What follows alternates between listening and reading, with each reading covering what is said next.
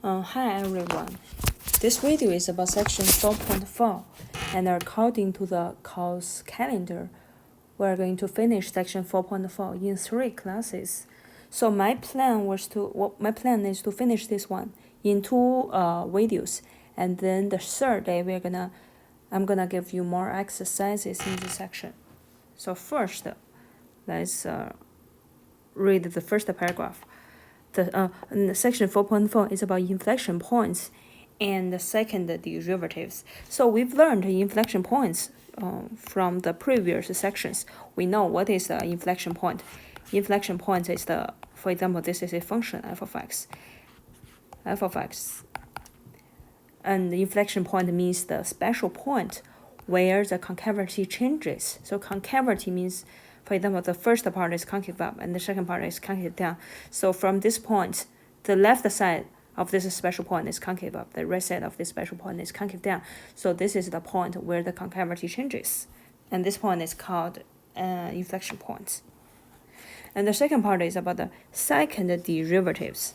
So up to now, we've learned what is the first derivative. So for the first derivative, we just use f prime of x, or you can just use df dx. This is both of them are actually the notations for first derivative. And similarly, second derivative just means, all right, after we take the first derivative of the function f of x, then we have this one left. And let's read. Next step, we take the derivative of the first derivative. So that means let's do it one more time. Then of course, similarly, we use these 2 primes. So this one is called, you can see here, the second derivative of a function f of x is the derivative of the derivative of function f prime of x. So that is f double prime of x is the derivative of the first derivative. And the notation is as f double prime of x, which is right here. And this one read as f double prime of x, because we have double prime here. And the unit, okay, so what about the units? We've learned for the first derivative, the unit is just the output unit per input unit. And for the second derivative, it's the same thing. It's the output unit of this one per input unit of this one. So the unit here is slightly different.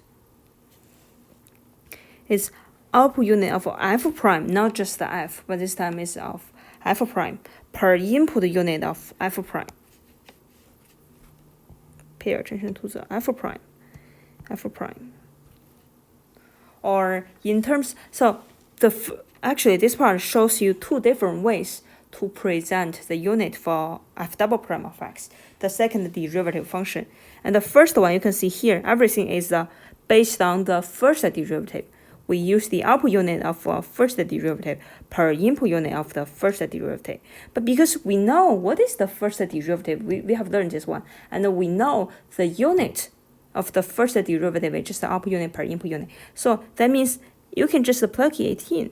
And then the second term, the second way, or the second representation is, you can just say, all right, the first form, we use the unit based on f prime of x, but in the second time, based on the function f. And this time, it's just the output unit of f per input unit of f per input unit of f. So here, this is the question, how can we get this one? So think about it. How can we get the second form of the unit based on the first part, based on this one? And next is about the inflection point. We learned it. An inflection point is a point where the concavity, where a continuous function f, the function must be smooth, where a continuous function f changes concavity. This is an inflection point. And on a function graph of a differentiable function of a smooth function, it is at the point of greatest slope. Greatest slope means the point has most rapid change. So for example here, even the function, this point is the function that is increasing the most rapidly. That is the inflection point. Or the point of least slope, least rapid change, and it corresponds to a relative extreme point of f prime of x. And next one. So because this section is this section focus more on the second derivative.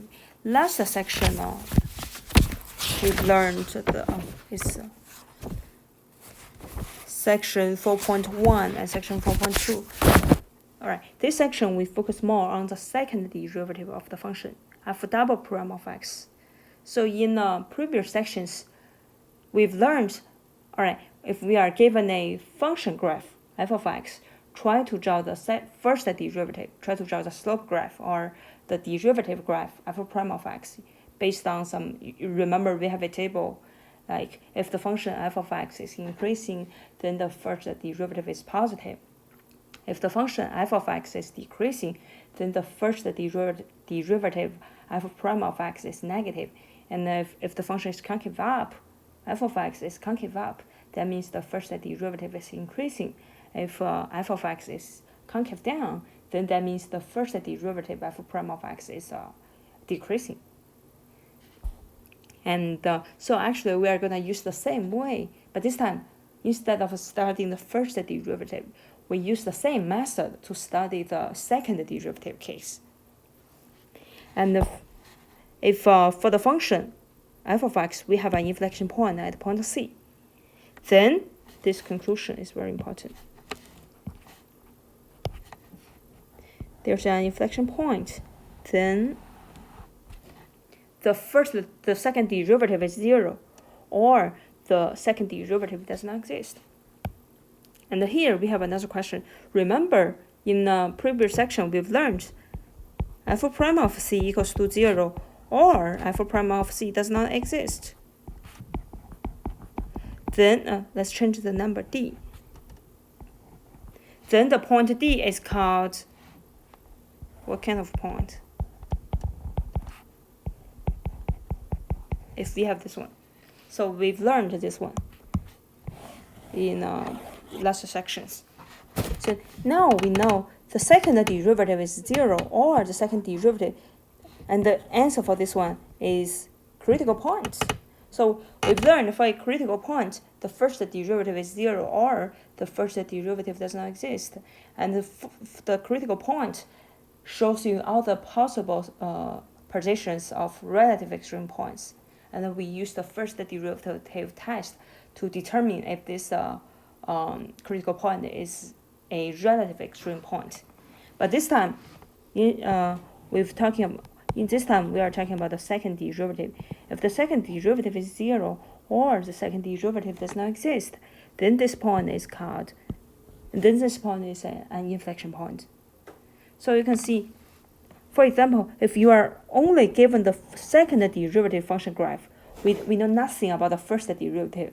But as long as you can see the second derivative has a 0 point, or does not exist may has a sharp corner or vertical tangent line, or has a hole there. So if in the second derivative function graph you see any one of the cases, then we know the f of x at the same point must be an inflection point. So that means if you can, for example, if you don't know who this person is, but from his shadow, then you can get part of the information.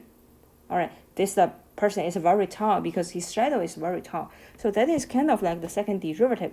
We cannot know all the details of the function f of x, but as long as you see a 0 point in the second derivative function graph, or in the second derivative function graph, or in the second derivative function graph, the f double prime of x of c does not exist, then we know, let's go back to the original function graph f of x, there must be an inflection point there.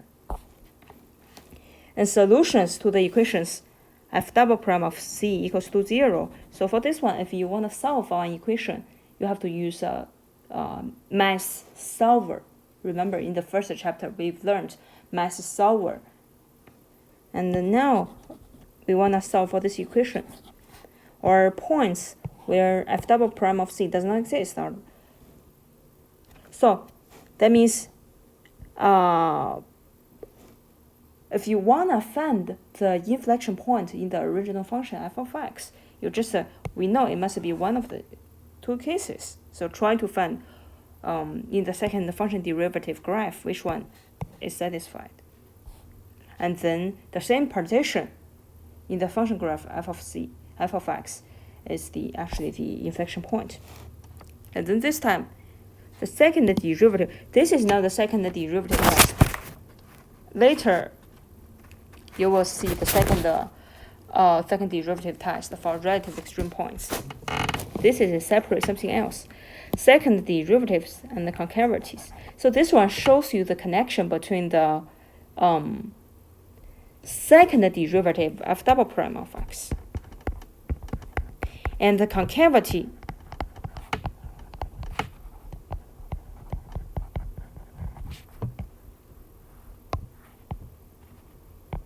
of f of x.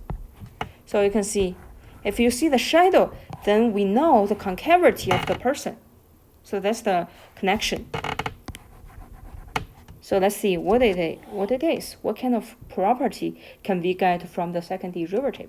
So, but based on the title, we know it must be the concavity because it shows you concavity.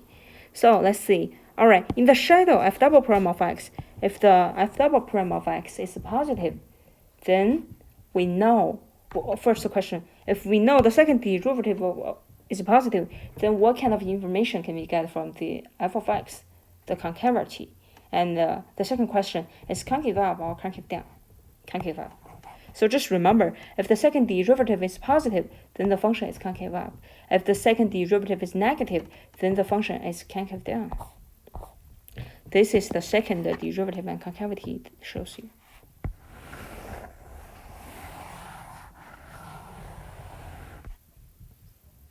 And for the next part, this part gives you the theory. And the next part shows you in a function graph, what does this part looks like. Then let's see. For a continuous function f, if f double prime changes from positive to negative, as x increases through c, or from negative to positive, then the function has an inflection point. So no matter the f double prime goes from positive or negative, or from negative to positive, it does not matter.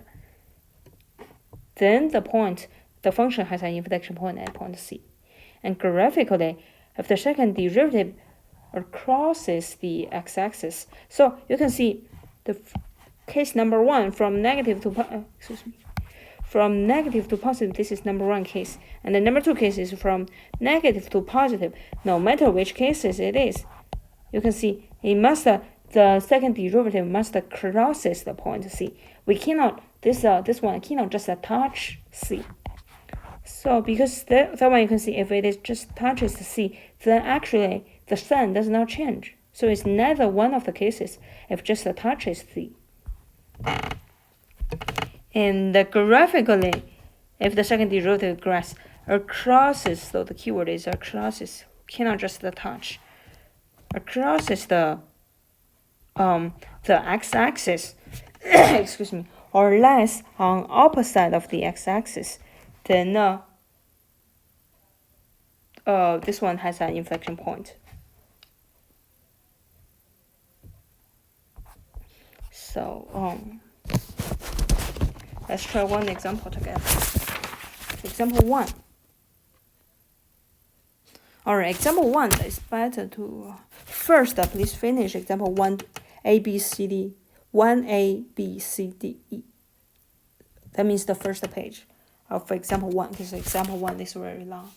So just pause the video here and finish it. If you don't have the textbook, you can just, all right, this is the first part of the question.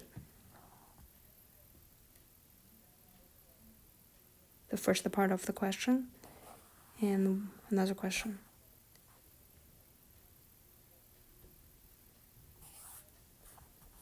The second part of the instruction.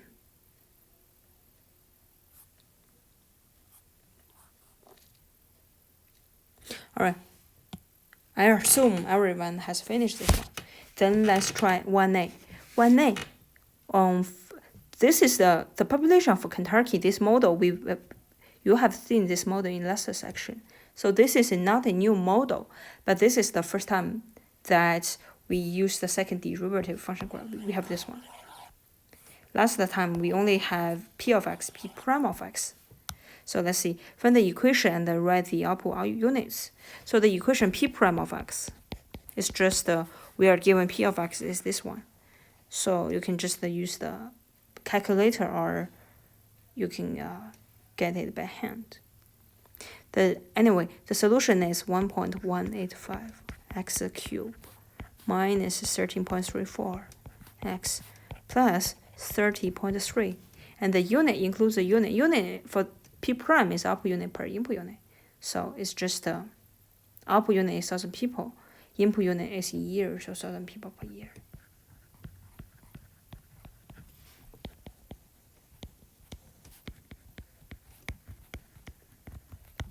And the next one, B is asking what is the p double prime of x. So this time we have p prime of x, and the question is what is p double prime of x? P double prime of x, we use the same method. Oh, excuse me, this is not cube, this is square. And this time the unit is the p double prime of x is 2.37x minus 13.34, and the unit is all right. What is the unit? Remember here, first form is output unit of f prime per input unit of f prime, and the second one, now we're gonna use the second one, is the output units of f per input unit. So this part, output unit per input unit, this is f prime of x. This is the unit for f prime of x. But we have an extra part that is per input unit of f. So that is output per input unit, output unit per input unit per input unit.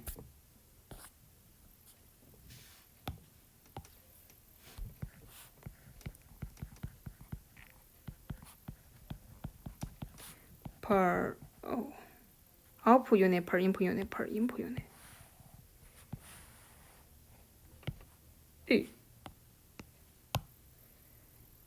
Output unit per input unit per input unit.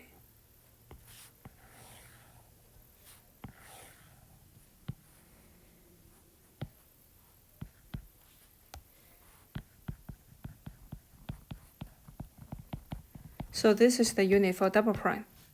Then output unit is 1,000 people. Input unit, year. So 1,000 people per year, per year.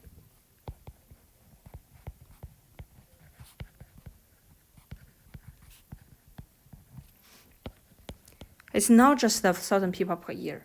We have an extra per input unit that is per year. So 1,000 people per year, per year.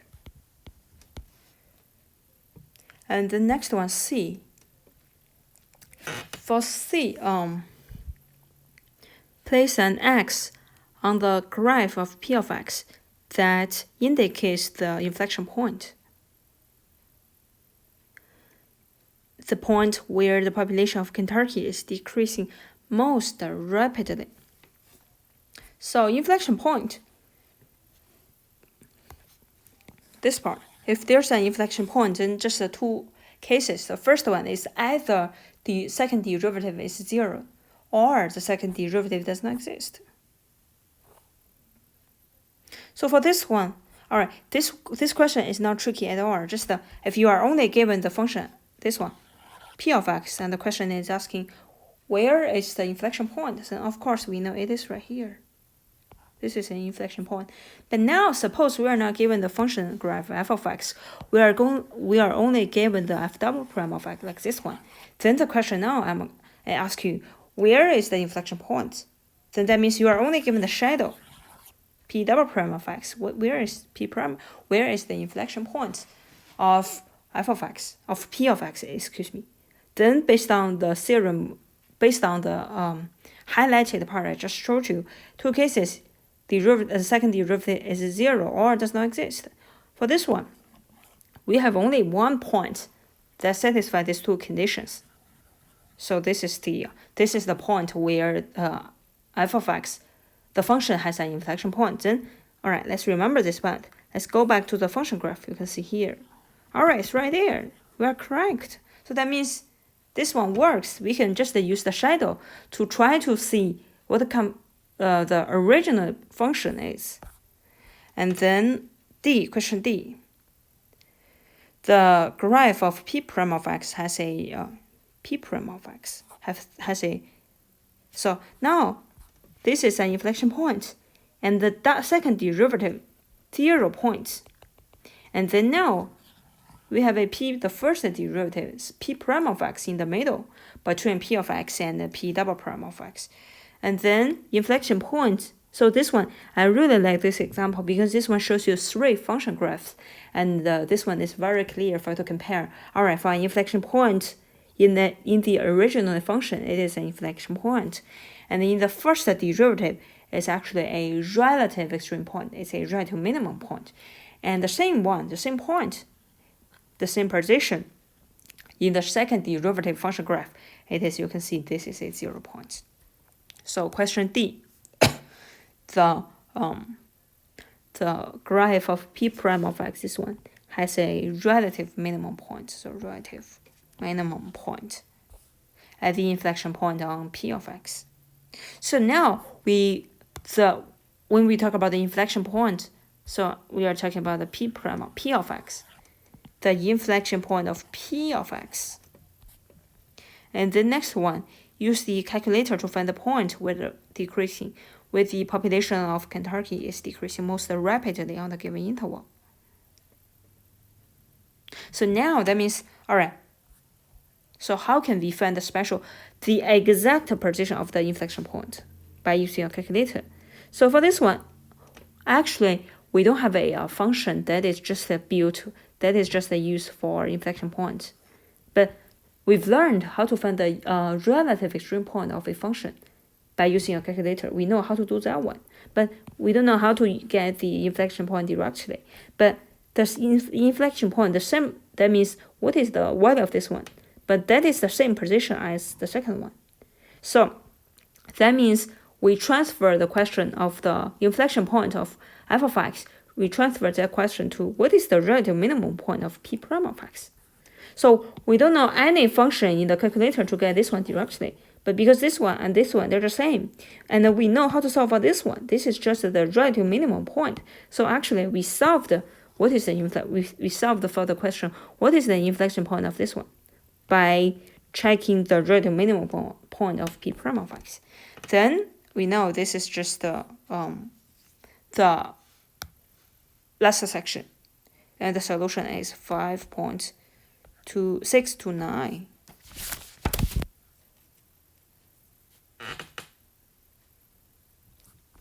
And this is the first way to get the inflection point of this one by using the first derivative.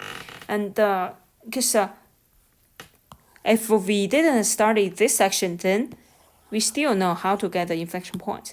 But this section, after we have learned the second derivative, we have a new method to get the inflection point of p of x. That is, you can see here, that is a relative minimum point. We know how to get a relative minimum point. And also, in the second derivative, this is a 0 point. So actually, you can just, suppose this is a function y1, in your calculator, this is y1, and we generate a new function y2, that is the derivative of the first function. And then, actually, we can generate a y3, the third new function, that is the derivative of the second one. So, derivative of the first one, that is y2, derivative of y2, that is y3. Then you can just solve for what is the 0 point for y3. Use a method solver, or just use the function graph. So next part shows you how to use the second method by using the second derivative of the function to get the inflection point, the x value of the inflection point. So you can see here, y1 is just our function p of x, and y2, for y2 here we use method. Now we have the y2. And in window, so we use because the domain is from 0 to 13. You have to set up domain in order to get the function correctly. Then in window, we use 0 and 13. That is the two sets. That is the two boundary points. And then we use zoom 0. Zoom 0 means zoom fit. And then, so this is the relative minimum point. So set the boundary 0 to 13 and use zoom fit. So we have this one. And then this part shows you, now we turn y1 off. And we only, in the function graph, we only show p prime of x. We don't want the function show, we don't want to see the p of x. We only want to see p prime of x. So this part, turn y1 off. How to turn y1 off? So you can see here, both of them are highlighted. So when you try to draw the function graph, because both of them are highlighted, then in the window, you are going to see two functions together. But you can see here, this time, after you turn it off, this one is not highlighted anymore. But this one is highlighted, so that means, all right, this time we only show y2.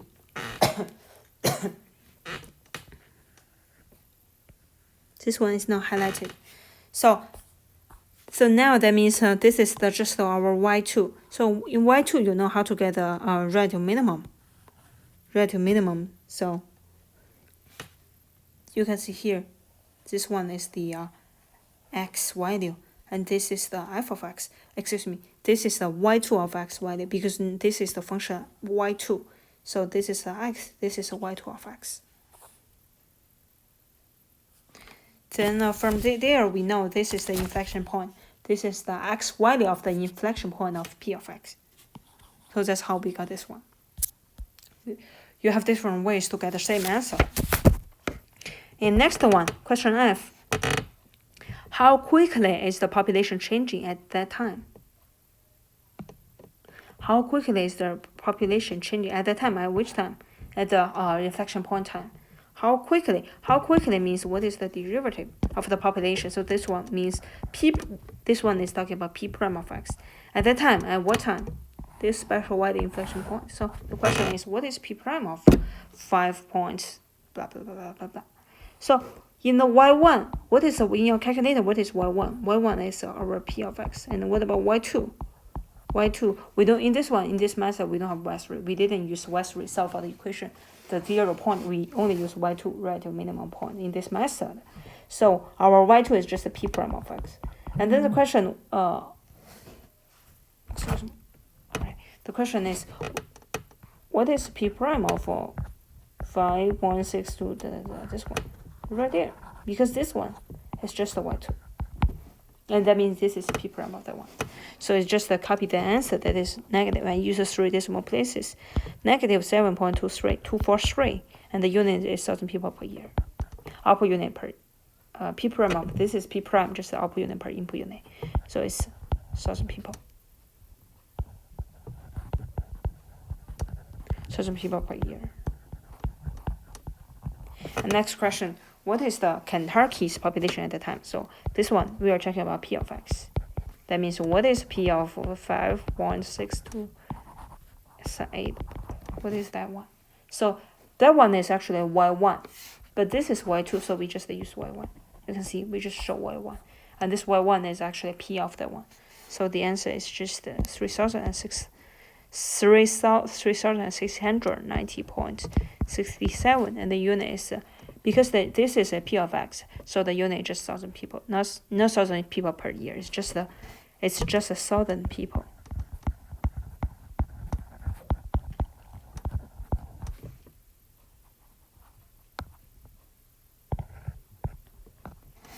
All right. So next one, the graph p double prime of x equals to what number at the inflection point?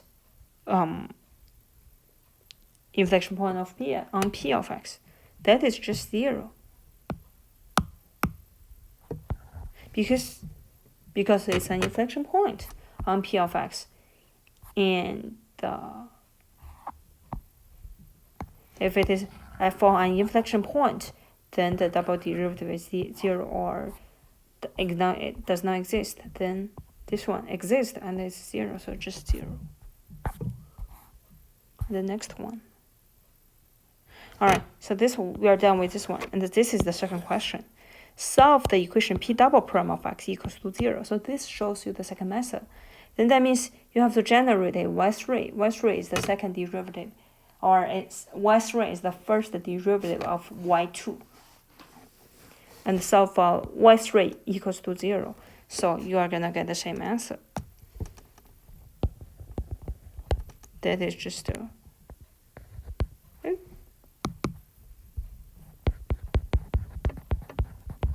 years. And the next one, the change in concavity.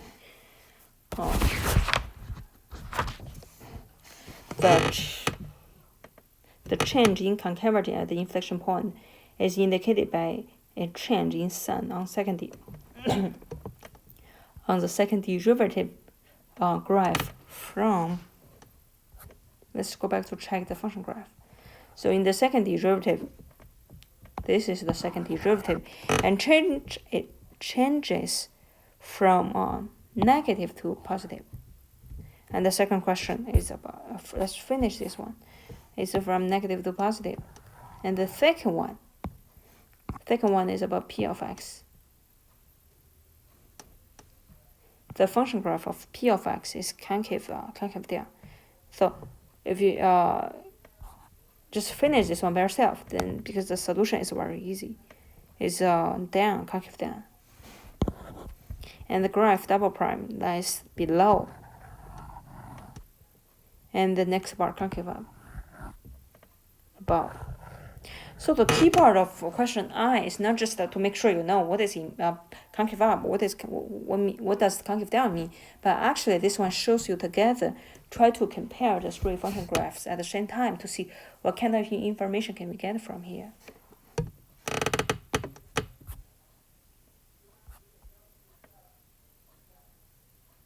So this part you can see the function is concave down, and this part, all right, and I'm gonna restate the first part, the second part, and third part of question I, and then the first part of question I is talking about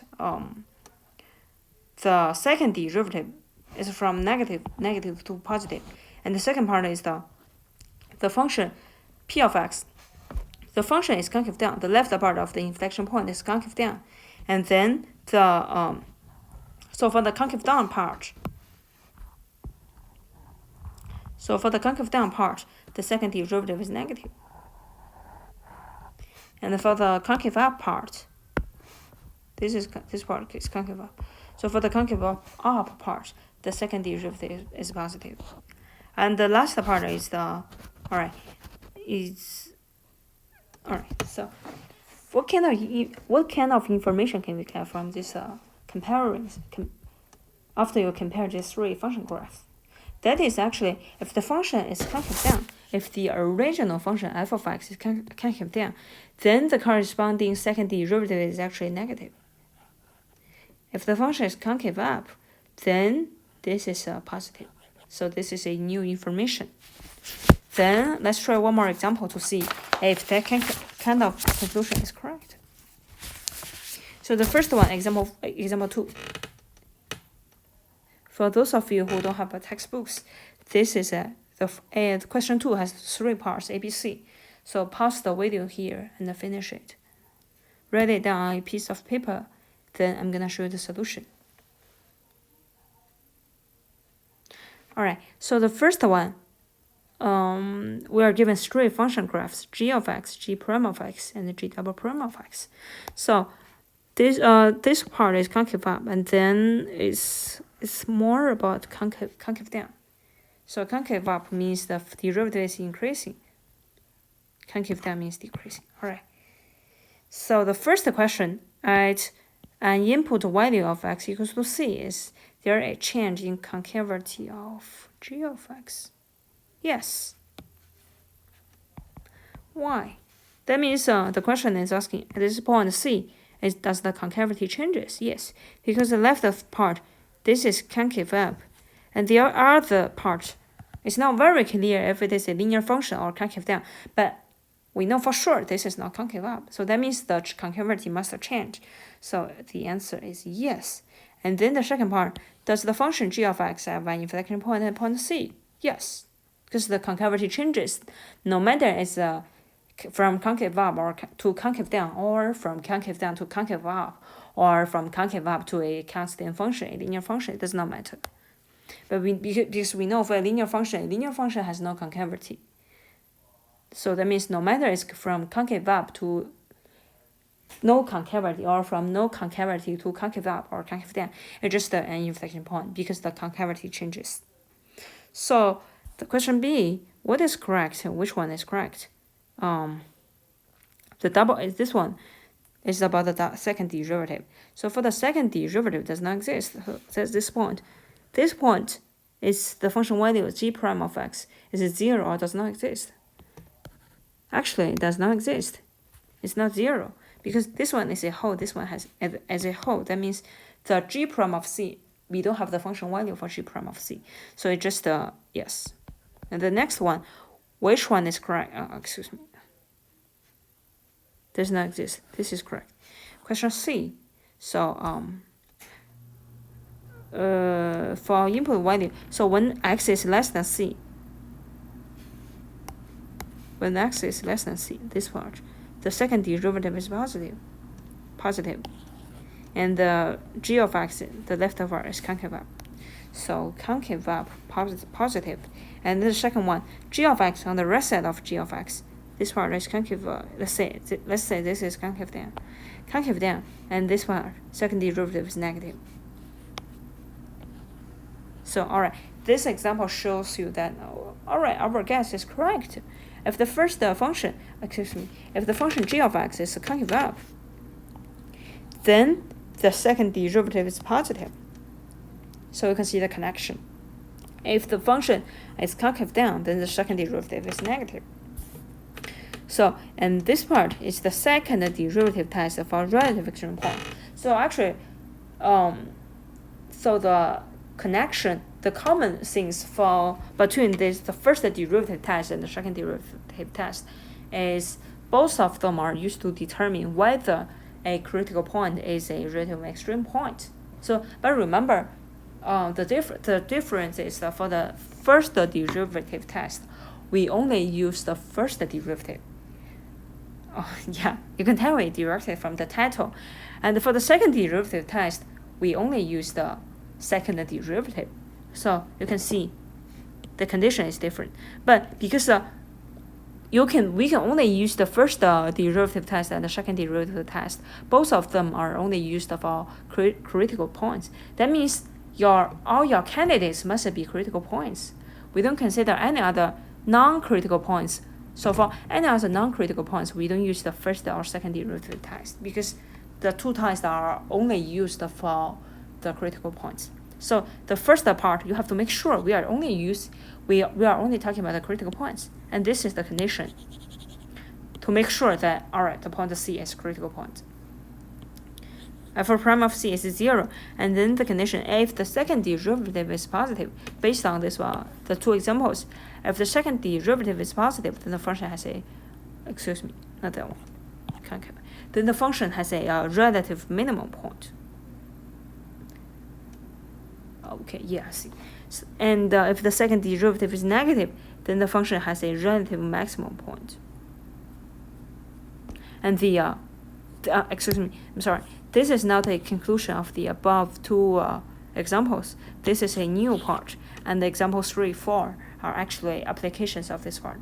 But for this example 1 and the example 2, you can use that kind of information to finish the table of the last page of this section, which is right here. So you can see example 9, fill in the blanks. So the first column is about the function f of x, and the second column is about the function f prime of x. The third column is the f double prime of x. This part is you don't have to fill in the blank because we cannot say anything. We cannot draw any conclusion just based on the increasing or decreasing part. So we don't consider this part.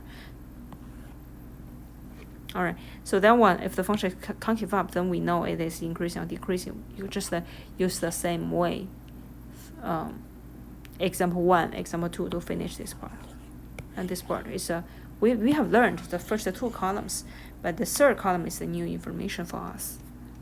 Then let's go back to the second derivative test for our relative extreme point.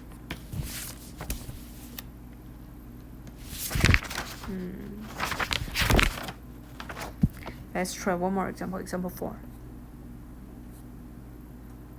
Example 4,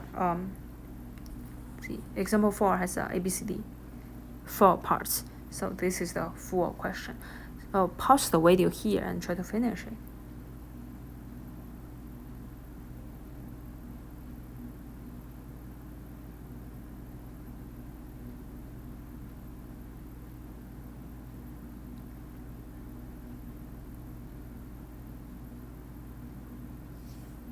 So for this one, the first question is, you can see now we are given 3 functions, and the question is asking you which one of them is f, which one is f prime, and which one is f double prime. So actually we have no idea which one it is. We have to try it by ourselves.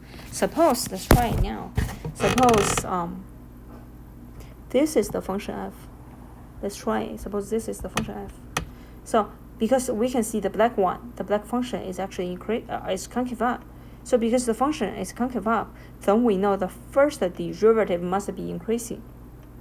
Then this is the only function. Excuse me. So now suppose this is our original function f, and then we have only 2 options for f prime of x. And because this one is concave up, the f prime must be increasing. But this one is decreasing, then increasing, so this one cannot be f prime. And this is the only possible f prime.